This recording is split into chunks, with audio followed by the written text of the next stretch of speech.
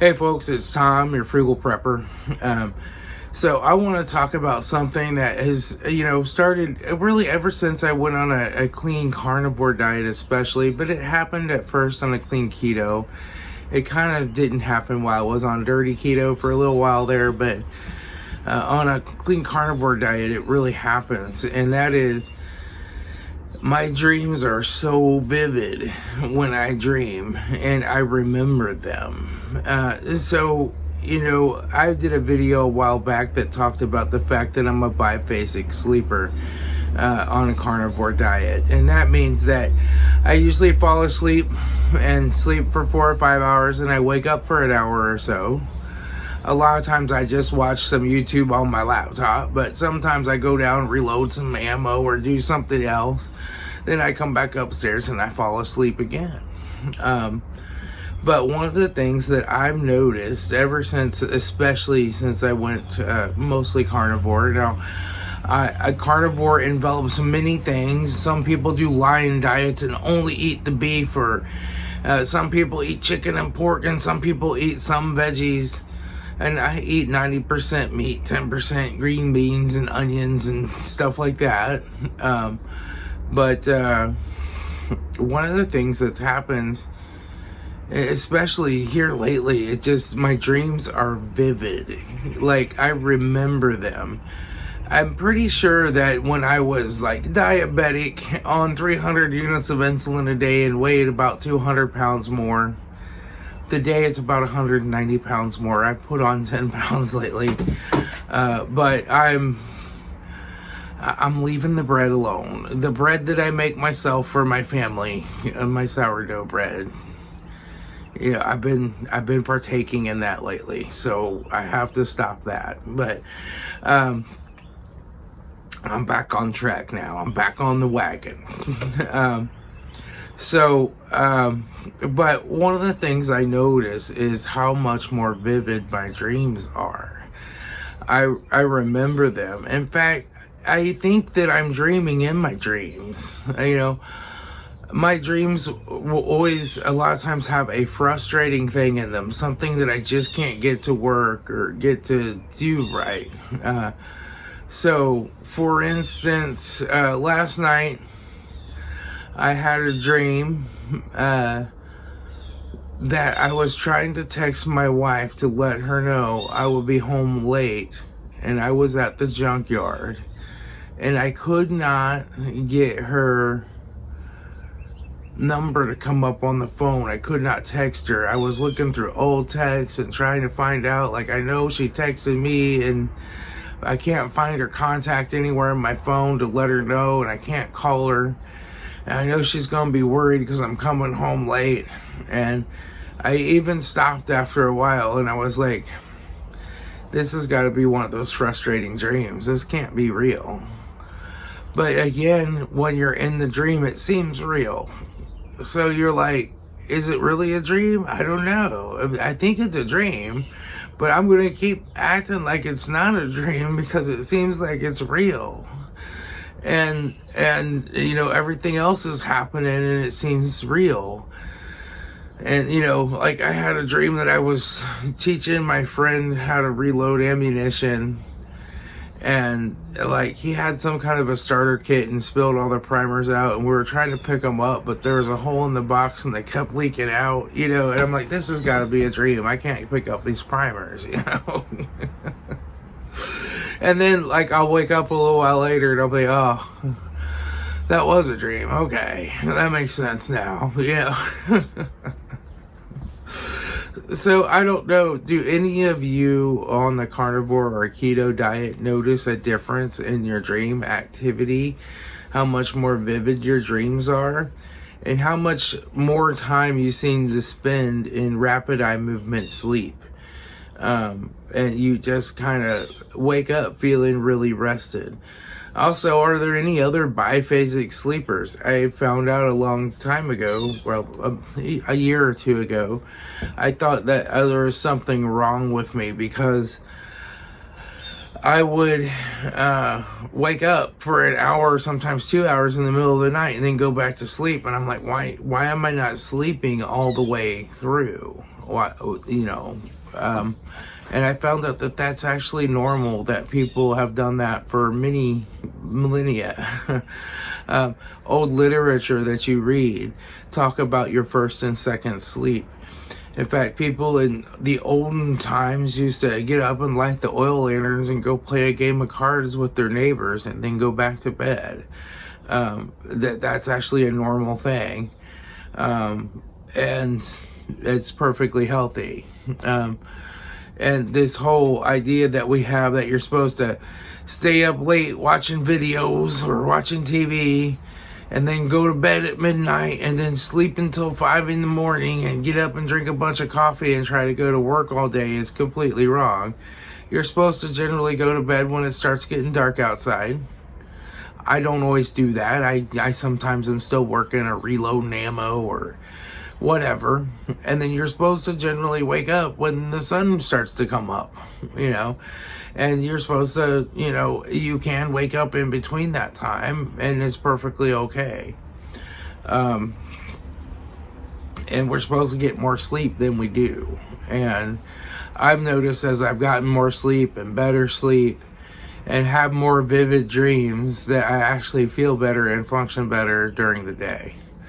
So I'm just kind of curious if any of you guys have experienced that. I don't know.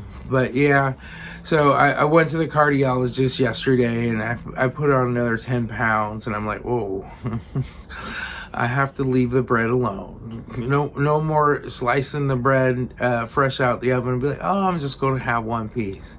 Well, I'll have one more piece with some butter and salt. I just have one more piece with some butter and salt, a lot of it's just been that I'm so busy these days. I don't even have time to stand in front of the stove and cook some chuck roasts. I'm running out the door to get to work or get to somewhere, and I just grab a piece of toast and put some butter on it. At least it's good natural bread. It's flour, yeast, and salt. And it's fermented for 14 hours, so that those yeast eat a lot of the carbs, but there's still some carbs in there and some flour, and I just can't really partake of that. But I do like to make it for my family because they really like bread. They don't have any metabolic problems. They're not obese. And they like bread, and it's a lot better than the Wonder Bread or the Sunbeam Mrs. Sunbeam bread or whatever that they used to buy that's full of wood pulp and high fructose corn syrup and seed oils, right? So I like to make it for them, but I need to make it for them and then not partake of it. Sometimes, as good as you do on a keto or carnivore diet, you're going to fall off the wagon a little bit, and you just have to get back on. That's the great thing about the keto carnivore diet, I think, is you can fall off the wagon, and you can even fall off the wagon worse than I did. You could start eating Little Debbie snack cakes again, and you can get right back on it, and you'll be right back into getting healthier and losing weight again. So that's where I'm at in my keto carnivore journey. I do grow a garden. I have my gardens back here behind the camera, but I have cucumbers to make pickles, green beans. I have peppers that I dehydrate. I have some tomatoes. Tomatoes are not doing great this year, but I'll have some. And I'll make some pasta sauce out of that to have with some spaghetti squash. I have a lot of spaghetti squash that I grow. That's a really low carb pasta substitute. So about once or twice a week, I allow myself to have a keto cheat meal, right? Which is where it's keto, not carnivore, but it's still a good clean keto meal. And then most of the other time, I'm eating chuck roast fried in bacon grease when I'm not eating a half a loaf of bread, So we're just, not I'm not partaking of the bread anymore. A lot of times what I do is I make like 4 loaves of bread, and then I slice them all up, and then I put them in the freezer, and they just get them out and toast them when they want a piece of bread. They'll just put it in the toaster, and sometimes it's just enough toasting to thaw it out, and sometimes they actually want toast, you know. But you know, I'll keep that for them and stop partaking of it. I did have a piece of birthday cake twice. It didn't have icing on it. And so I just had it with no icing and had whipped cream on it. So it was lower in carbohydrates, but still, you know, that's flour too. So I just have to not partake of those things and get back into the carnivore way of eating. But, you know, I'm sure that anybody who's been on the carnivore or keto diet, I've been keto / carnivore and dirty keto in there too, for about 6 years now. So, you know, I've fallen off of the wagon many a times, and I'll just get back on it and keep on going. Anyway, I'll talk to you all later. This is Tom, your Frugal Prepper. Alright, so just a quick look at the garden. Here are my cucumbers growing down in here. You can see there's still some baby ones here that are going to grow. I have one that I'm letting grow to its full maturity, and then I will use that one to harvest the seeds for next year. But they're all growing. I'm looking pretty happy. They've grown up to the top of the T-frame there. There's another one of these picks probably later today.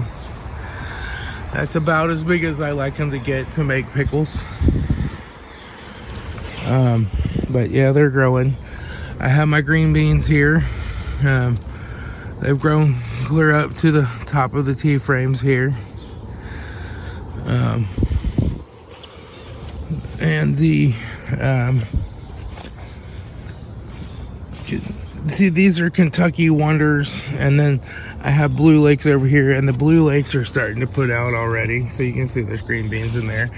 So I have to get out here and pick those and can them, but I'm really thinking about letting the Blue Lakes just grow and go to seed, most of them, because I'm out of Blue Lake seed, and they are an heirloom. So, and then I'll just let the Kentucky Wonders grow. My tomatoes not doing so good. I have a couple of ripe gooseberries. This is a gooseberry that's pretty much died. Just the sun's been beating down on them. This is my Dallas Wilson Cuban. It's pretty much died, but my Brandon berries are doing okay. They have some tomatoes on them, and they're looking okay. So that's a Dallas Wilson Cuban there. It's growing a big old tomato at the bottom. This one was almost dead. I took and transplanted it down deeper. I transplanted that one deeper.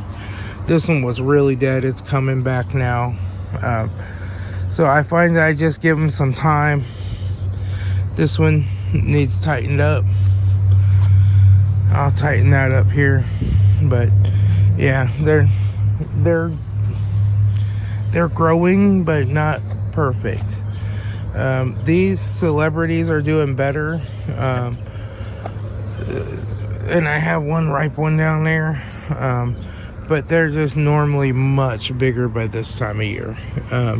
It's just been a bad tomato year. I don't know why. I think it's just we've had so much hot days and sun, not a lot of rain, and it's just really putting them to the test. They have gotten a lot better though, because it has rained a lot here in the last week, so they're looking happier. My peppers are good. I've harvested off of them several times. I have some more growing. They're getting pretty tall, but they're sun scorched at the top. You know, the sun is beating down on them too.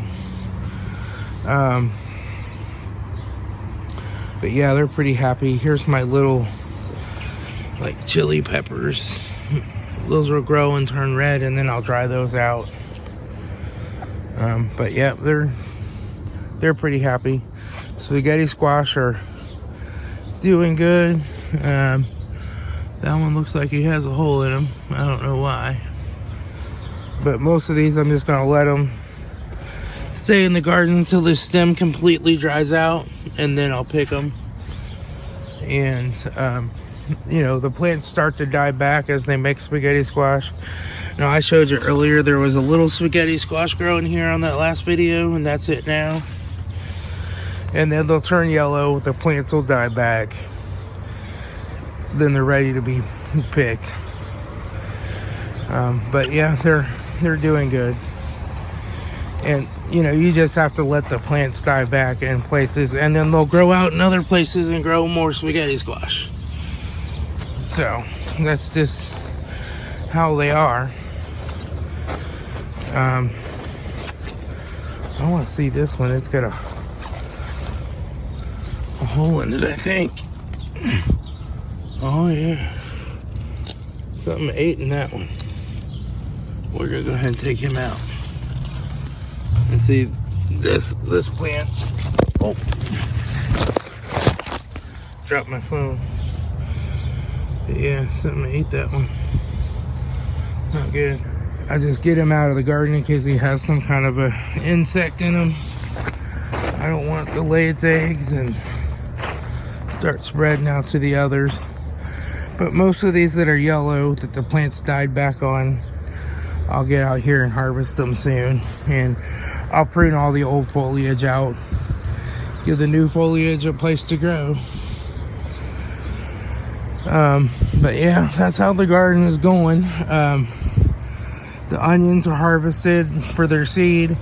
I'm going to till this up soon, add some more dirt to it, and plant some carrots. I've got that water shut off right now, so it won't water with the rest of the garden. But yeah, everything is looking pretty good out here.